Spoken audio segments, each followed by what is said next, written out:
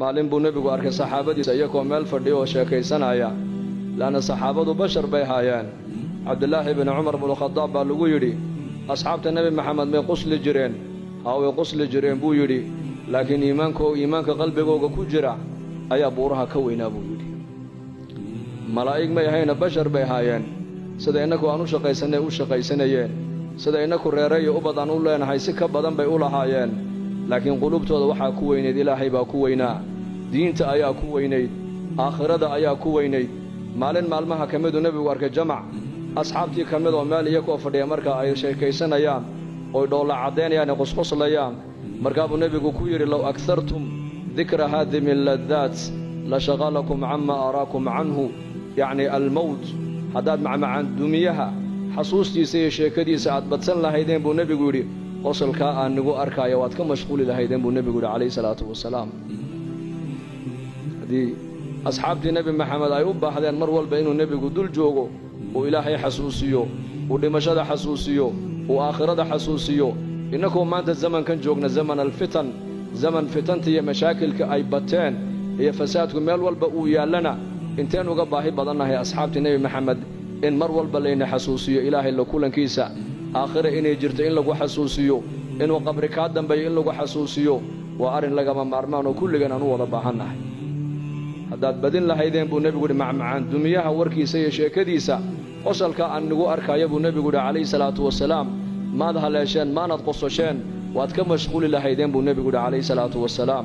waagii barye iyo gabalkii dhacaba maalin kasti waxa uu bini aadamku u sii dhowaanayaan waa qabriga weeyaan qabriguna marka uu hadlayaa wuxuu leeyahay anu gurigii keliga ayaan ahay anu gurigii darxiga u saaxiibka ahaa baan ahay anu gurigii madoobaa baan ahay waxaad iga shaqaysato uunbaad isoo dhiganayso ood iga heli doontaa nin reer madiino ansaariya janaasadiisii buu nebigu raacay calayhi salaatu wasalaam markii qabrigii la geliyey iilka la duldhigay ayuu nebigu saxaabadiisii ku yidhi istakfiruu liakhiikum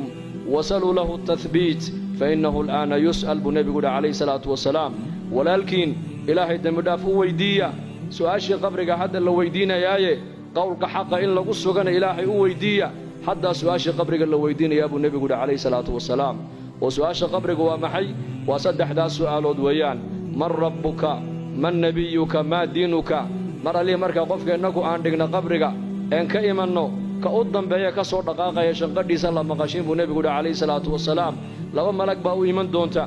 alfataanaan deedna way fadhiisinayaan qofka saddexdaas su'aalood bay qof walba weyddiinayaan hadduu boqor yahay waa la weyddiin hadduu caalim yahay waa la weyddiin hadduu maaragtaane weli yahay waa la weyddiin hadduu faasiq yahay waa la weyddiin bashariyadda adduunyada ku nool oo dhan saddexdaas su'aalood waa lala sugi doonaa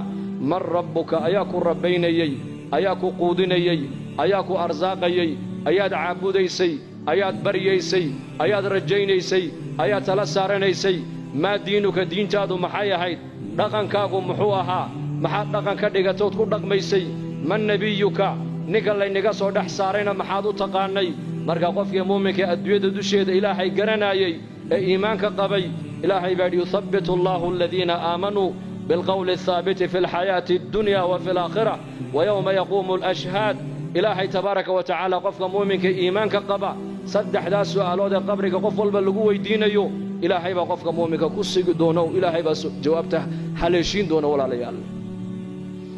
ilaahayna haynagu sugo allah haynagu sugo allahana inoo dhib yareeyo saddexdaas su'aalood baan qof kasta la weyddiin doonaa marka muuminkii adduunyada dusheeda ilaahay kaga baqaayay ilaahay maad arkin laakiin rumee makhluuqaa kuu muuqda makhluuqaad arkaysaa laakiin khaaliqa lama arka adduunka inta la joogo jidhkaad arkaysaa laakiin ruuxda lama arko adduunyadaad arkaysaa laakiin aakhirada lama arko inta adduunka la joogo manaaficda lacagtaad arkaysaa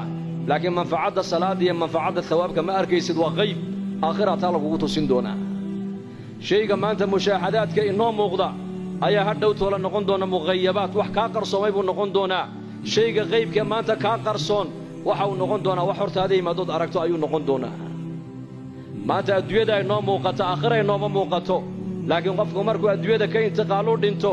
laqad kunta fii ghaflatin min haada fakashafnaa canka qidaa'aka fabasaruka alyawma xadiid waxaa la odhan doonaa daah iyo xijaab ayaa kaa saarnaa noloshan laakiin maanta daahiyo xijaabkii kaa saaraa waan kaa qaadnee araggaaguba waa xadiid baa qofka la odhan doonaa oo adduunyadii baa noqon doontaa hayb bay noqoni doontaa ciyaalkiisii iyo dumarkiisii iyo daarihiisii iyo adduunyadiisii iyo lacagtiisii waa laga qarini doonaa waxaa markaa uu arki doonaa camalkii adduunyada uu soo qabtay hadduu shar ahaana wuxuu arki doonaa cuquubadiisii iyo cadhadiisii hadduu cuquubadii ilaahay cadhadii buu arkayaa hadduu khayr ahaana hawaabkii ajarkii iyo khayrkii iyo xasanaadkii buu arkayaa adduunyadii waxay noqonaysaa wax kaa qarsoomay aakhiradiina wax ku muuqatay noqoni doontaa markaas